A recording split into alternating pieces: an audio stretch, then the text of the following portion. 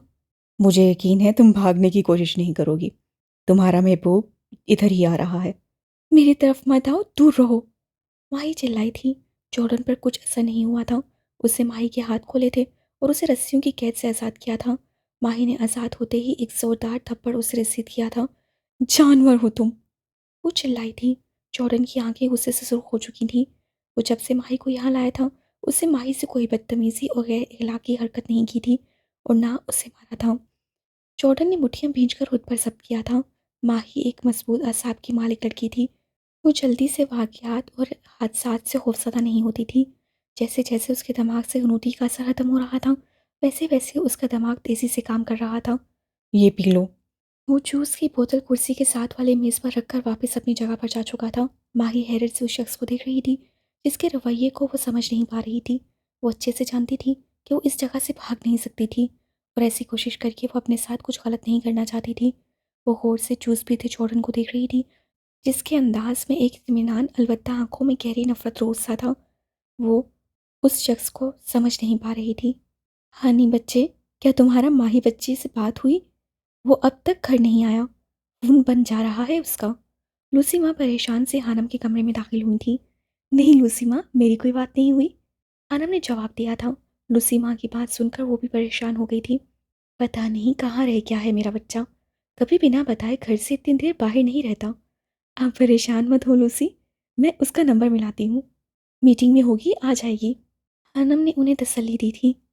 "मेरा दिल बहुत घबरा रहा है बच्चे, खुदा सब ठीक करे। इंशाल्लाह सब ठीक होगा, आप परेशान ना हो।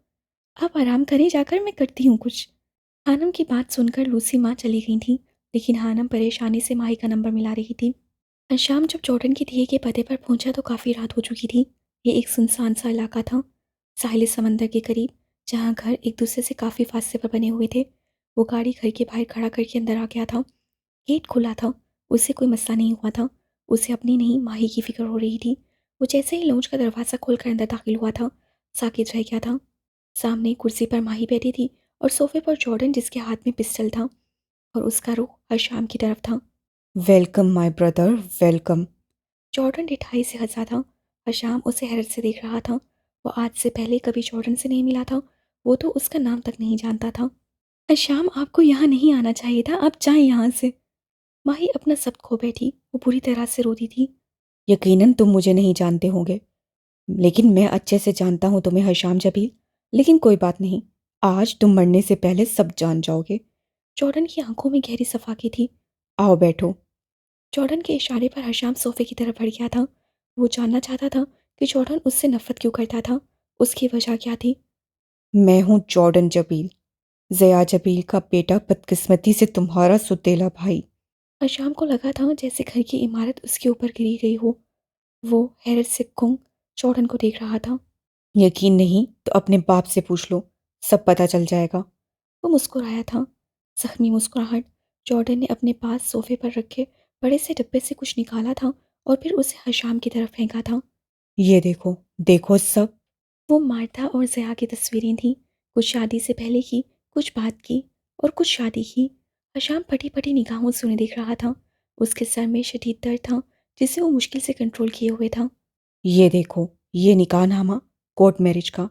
जानते हो, मेरी माँ मार्था सारी उम्र तुम्हारे बाप की बेवफाई की वजह से रोती रही। वो घुट घुट कर मर गई। मैंने अपने बाप के होते हुए यतीमी की जिंदगी गुजारी है। मुझे इंतहा की नफरत है तुम सबसे, तुम्हारे खानदान से। जब वो मोहब्बत निभा नहीं सकता था तो क्यों मेरी माँ को बर्बाद किया? आखिर क्यों? वो चिल्लाया था। जॉर्डन की आंखों में नमी, जबकि लहजे में अजियत थी। उसके चिल्लाने से माही डर गई थी, जबकि हशाम तो जलजलों के सदमे था। उसे आज पता चला था उसका बाप उसकी बेजान को क्यों नज़रअंदाज करता था।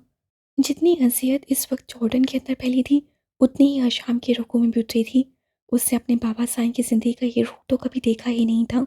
तुम्हारे बाप ने मुझसे मेरी सबसे कीमती चीज छीनी है, मेरा वाहिद सहारा, मेरी माँ। और आज मैं तुम्हें मारकर अपना बदला लूंगा जया जबील से। बहुत प्यार करता है ना वो तुमसे। आज मैं उससे उसकी कीमती चीज छीनूंगा। वो बेरहम हुआ था।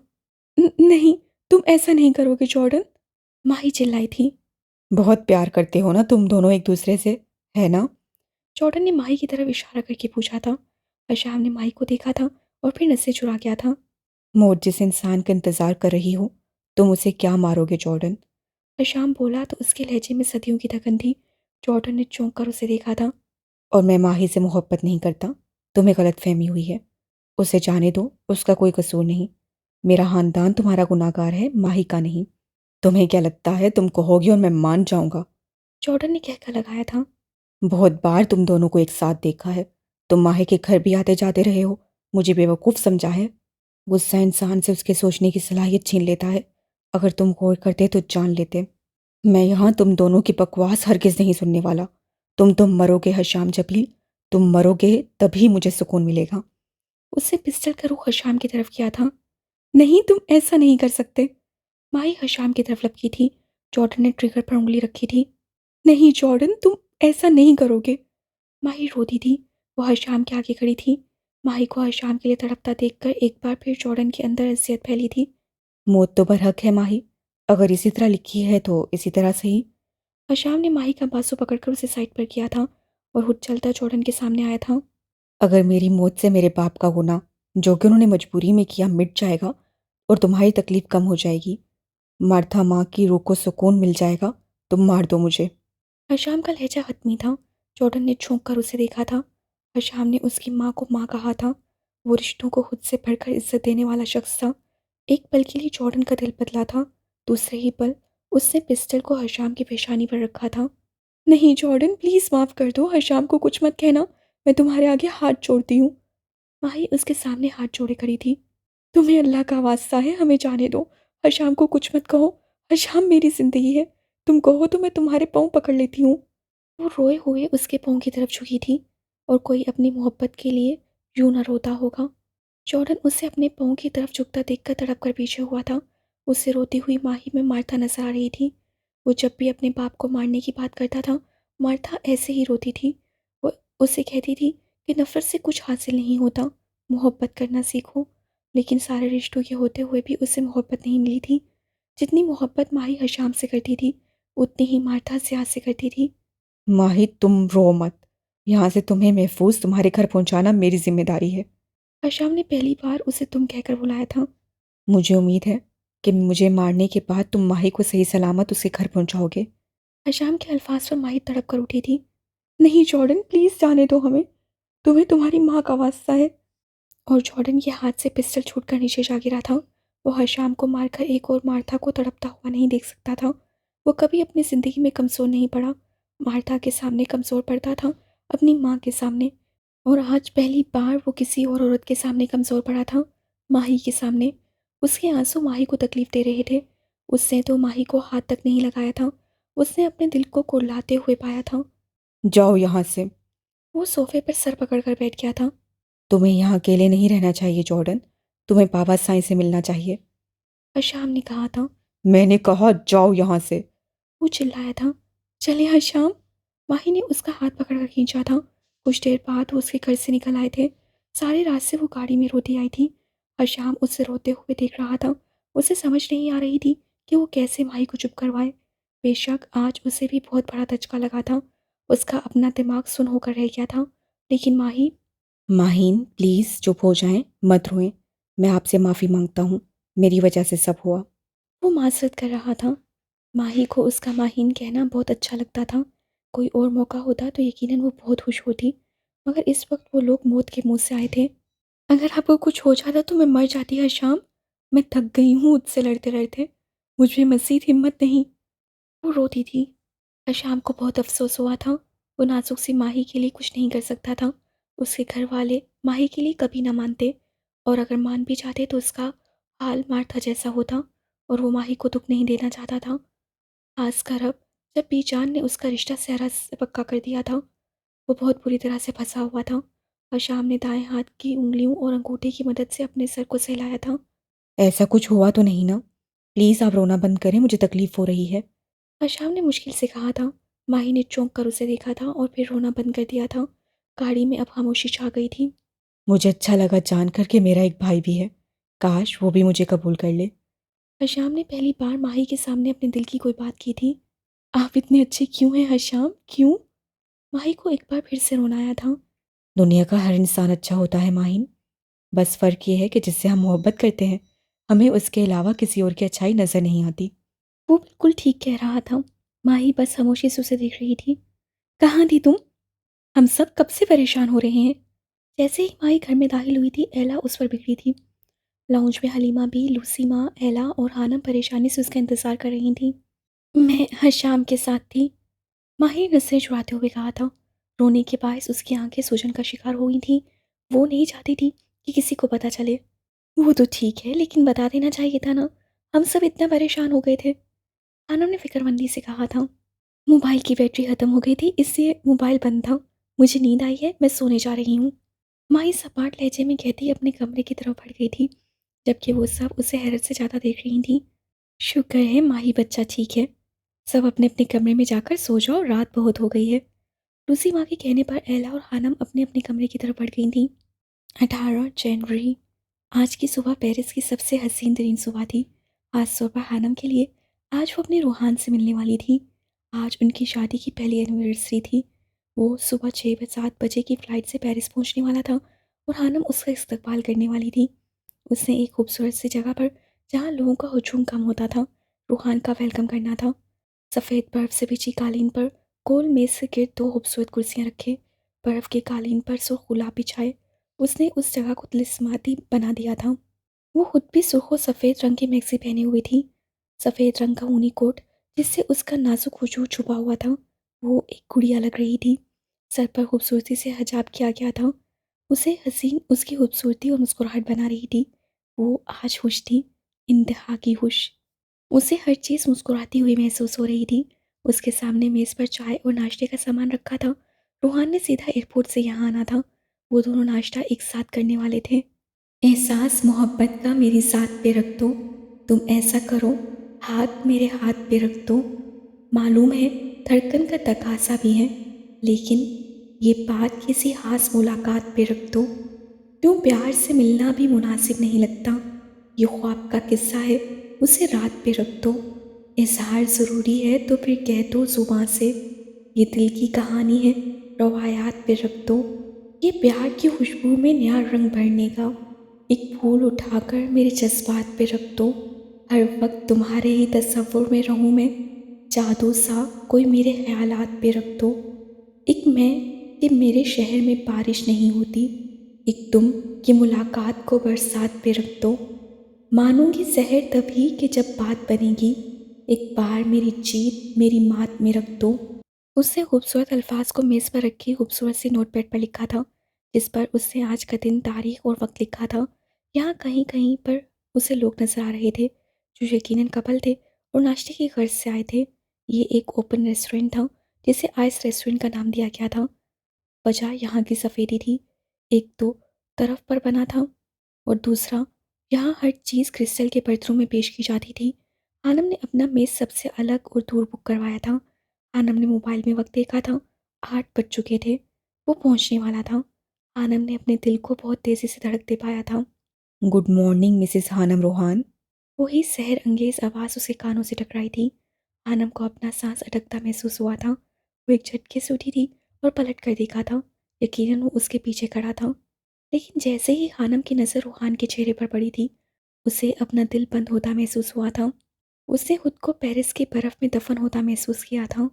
मेरी दुआ है कि जिस दिन हर ज़ीरो को ज़िंदा किया जाएगा और मुर्दों को कब्रों से उठाया जाएगा, हमारा उस दिन भी सामना ना हो। उसने कितनी शिद्दत से दुआ की थी और आज 6 साल बाद वो शख्स उसके सामने खड़ा था, जिंदा, सही सलामत, जिसे उसने 5 साल पहले मरा हुआ तस्वर कर लिया था। आनम को अपना दिमाग घूमता हुआ महसूस हुआ था। मैं रूहान बिन हैदर जबील।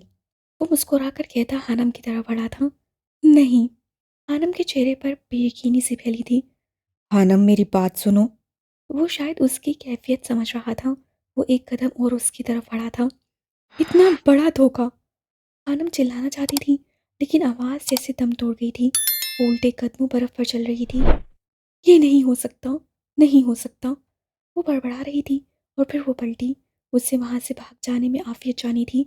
वो इस शख्स से दूर चली जाना चाहती थी। वो भाग रही थी। फासला बढ़ रहा था। सफ़ेद बर्फ पर उसके जूतों के निशान वाज़िया थे। कुछ देर बाद रूहान का सकता टूटा था। वो जानता था आनम का रिएक्शन कुछ ऐसा ही होगा। जैसे ही वो होश की दुनिया में लौटा, आनम के पीछे भागा था। रुक जाओ हानम, मेरी बात सुनो, प्लीज़ रुक जाओ। उसने खुद को चिल्लाते पाया था। आनम अब शहर में दाखिल हो गई थी। वो अंधों की तरह भाग रही थी। उससे अपने दिमाग को सुन पाया था और उसी पागलों वाली हालत में वो दाईं तरफ से आती एक तेज़ रफ्तार साइकिल से टकरा गई थी, जिसे एक 17 साल का लड़का चला रहा था। वो नीचे गिरी थी। आनंद ने अपने दिमाग को घूमता पाया था और फिर उसकी आंखों के सामने अंधेरा छा गया था। और ऐसा ही अंधेरा रूहान को अपनी ज़िंदगी में ज़्यादा महसूस हुआ था, जब उसने इस आनम को सड़क पर गिरे पाया था और उसकी पेशानी से खून निकल रहा था। हानम।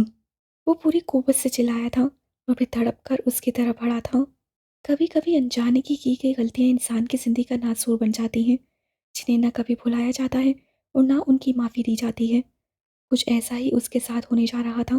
वो हॉस्पिटल के बेड पर नींद दराज अपनी उस कायनात को देख रहा था जिसके लिए वो सालों तड़पा था। कोई उसकी तरफ से वाकिफ नहीं था। उसने भी अंधेरों की जिंदगी गुजारी थी। अनम की पेशानी पर चोट लगने के बायस गहरा जख्म हो गया था, जिससे खून निकला था, और किसी गहरे सदमे की वजह से वो अपने ख्वास खो बैठी थी। वो हॉस्पिटल में कमरे के बाहर रखे इंतजार खाट में रखे सोफे पर बैठ चुका था। सब उसकी गलती थी, उसे महसूस हो रहा था। वो सैयद रूहान बिन हैदर जबील, जिसे दुनिया में सबसे ज़्यादा तकलीफ़ उठाई थी, वो आरजे था। आरजे से रूहान जबील का सफ़र उस रात शुरू हुआ था जिस रात उसका एक्सीडेंट हुआ था, और सबने उसे मरा हुआ समझ लिया था। मामा कहाँ हैं आप? तेज़ रोशनी में सुरंग के अंदर भाग रहा था। सुरंग के दूसरे किनारे पर उसे अपनी माँ नजर आई थी, सईदा आयशा जबील। वो तड़प कर अपनी माँ की तरफ बढ़ा था। रूहान बेटा, आ गए तुम। आयशा जबील उसे देखकर मुस्कुराई थी। उसकी माँ और उसके दरमियान थोड़ा सा फासला रह गया था। रूहान एक अनदेखी दीवार से टकराया था, जो उनके रास्ते में उन दोनों के दरमियान हाइल थी। मामा मुझे आपके पास आना है। वो रो रहा था। वो शीशे की दीवार थी।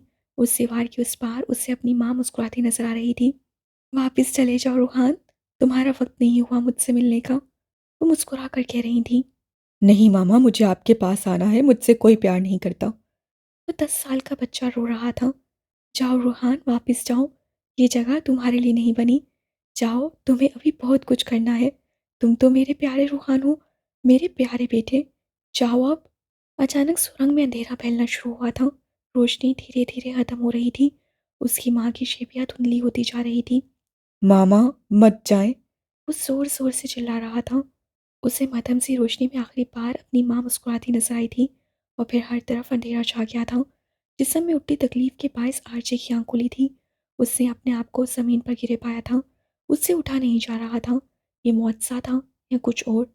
जिस वक्त ट्रक ने उसकी गाड़ी को उड़ाया था, वो उससे निकल गया था। ट्रक की अपनी लाइट्स बंद थी।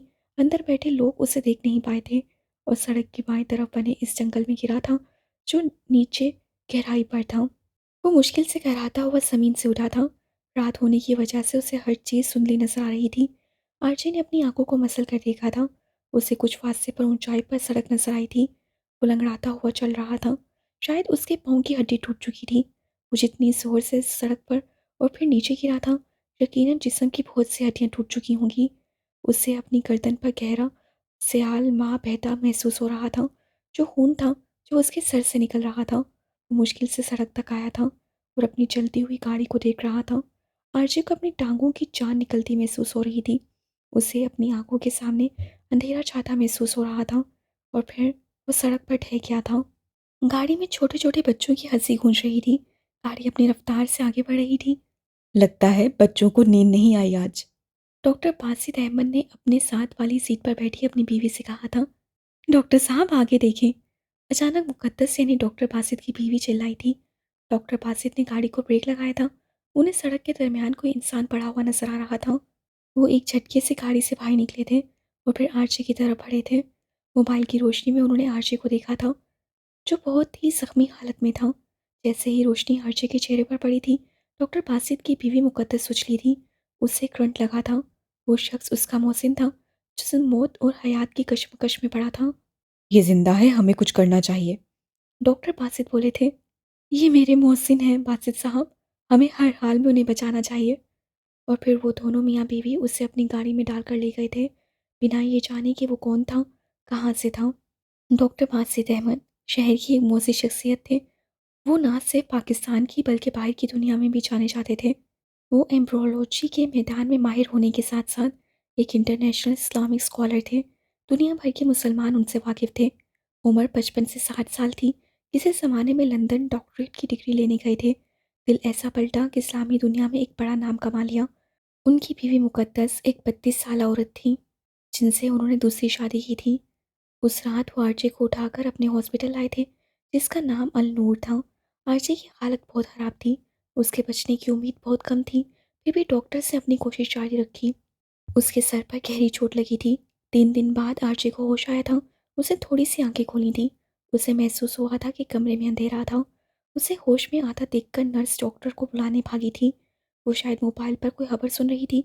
जैसे वो हड़बड़ाहट में उस कमरे को छोड़कर गई थी, मोबाइल पर एंकर किसी के मरने की खबर दे रहा था। मुल्क का मशहूर और सबके दिलों में धड़कने वाला सिंगर आरजे एक हादसे में जाँ बाँग हो चुका था। आरजे को अपना सांस अटकता महसूस हो रहा था। वो जिंदा था या किसी को नजर नहीं आ रहा था। मैं जिंदा हूँ। वो चिल्लाया था। यहाँ इतना अंधेरा क्यों है? वो चीख रहा था।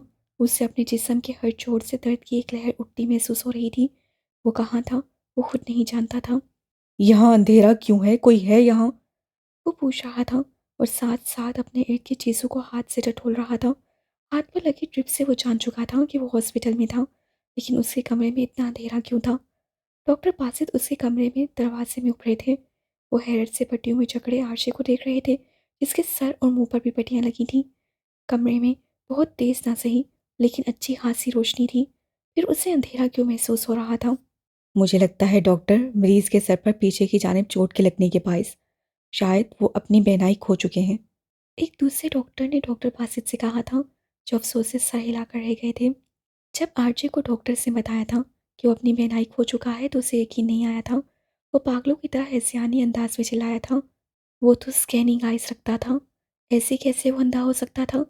जब वो अपनी इस महरूमी पर चिल्लाता था, तो उससे दिमाग से दर्द की टीसें उठती महसूस होती थी। थोड़ा सा उठकर हिलने जुलने की कोशिश करता था तो जिस्म लर्ज जाता था।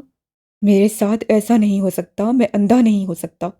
वो चिल्लाते चिल्लाते रोने लग जाता था। वो आरजे, जो लाखों के दिलों की धड़कन था, वो हॉस्पिटल में गुमनाम पड़ा था। किसी को उसकी खबर तक ना थी। आरजे को अपना दिल फटता महसूस होता था। जाने कितने दिन हो गए थे वो अपने चारों तरफ अंधेरा देख रहा था, और अंधेरों में जीना बहुत तकलीफदेह होता है, बहुत ज़्यादा। सईदों की हवेली में कयामत टूट पड़ी थी। हशाम पाकिस्तान आ गया था। आरजे की गाड़ी से कुछ फासले पर पुलिस वालों को उसका मोबाइल और वॉलेट मिला था, जिससे उसकी गाड़ी की शनाख्त हुई थी। पुलिस वालों को उसकी बॉडी नहीं मिली थी। उनके मुताबिक उसे जला दिया गया था गाड़ी के साथ ही। हशाम तो पागल होने को हो गया था। आरजे नहीं मर सकता। ज़रूर उसे किसी ने किडनैप किया है। वो जानबूझकर गाड़ी चला गए हैं। वो नहीं मर सकता। मुझे मेरा भाई चाहिए। मैं नहीं छोड़ूंगा किसी को। उसने जिंदगी में पहली बार अपना टेम्पर लूज किया था। पुलिस छानबीन में लगी हुई थी, लेकिन कहीं से भी उसकी खबर नहीं आई थी। सुनसान इलाका था वो। सुनसान इलाका था वो। आसपास जो इलाके थे वहाँ पता किया गया था, लेकिन कहीं से भी उसकी खबर नहीं मिली थी। जब मिकी को पता चला था, वो भी बहुत रोया था। हर आंख अश्कबार थी, लेकिन हर शाम को यकीन था आरजे नहीं मर सकता। डॉक्टर बासित अहमद की बीवी मुकद्दस आरजे को मिलने हॉस्पिटल आई थी, लेकिन उसकी पागलों जैसी हालत देखकर वो परेशान हो गई थी। कमरे के बाहर खड़े होकर वो उसे खिड़की से देख रही थी, जो बेसुध बिस्तर पर पड़ा था। उसके जिस्म की काफ़ी हड्डियां टूटी थीं, जो रफ्ता रफ्ता ठीक हो रही थीं। उसे 1 महीना हो गया था उस हॉस्पिटल में आए हुए। वो बस एक ही बात बार बार दोहराता था। मेरे साथ ऐसा नहीं हो सकता। मैं अंधा नहीं हो सकता। तुम लोग मजाक कर रहे हो मेरे साथ। वो पागलों की तरह चिल्लाता था। आहिस्ता आहिस्ता उसकी जिस्मानी जख्म मनमेल हो रहे थे, लेकिन इस अंधेरे ने उसकी रूह में जख्म किए थे। अंधेरा उसकी रूह में पंचे कार कर बैठ चुका था। मिसिस मुकद्दस बासित नम आंखें लिए उससे देख रही थीं। उसे आज भी वो रात याद थी, जब वो पेट भरने के लिए जिस्म फरोशी करती थी, और एक ऐसी ही रात वो मिकी और आरजे से मिली थी।